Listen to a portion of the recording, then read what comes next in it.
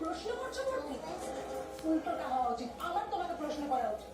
আচ্ছা মূর্তি, তুমি আর টিপু দুজনে মিলেই তো এই প্ল্যানটা করেছিলে না? ওনাকে আমার বাবা সাজিয়ে নিয়ে এসেছিল। তাহলে তুমি ওনাকে কেন অবাক হলে কেন?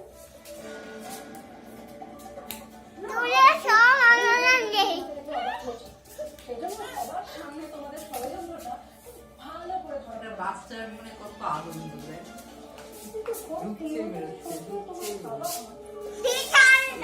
শিশু আর একটা বড় মধ্যে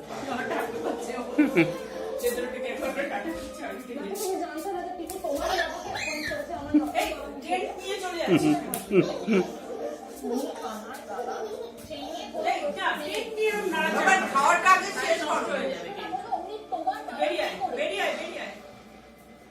ট্রেনটা এক জায়গায় রাখতে হয়, ট্রেনটা তো না।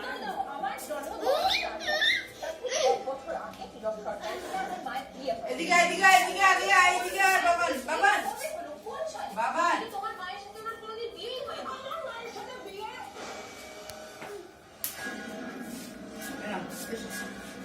এসে এসে এসে দেখো, আমার মায়ের সাথে বিয়ে হওয়ার কোনো প্রশ্ন ওঠে না।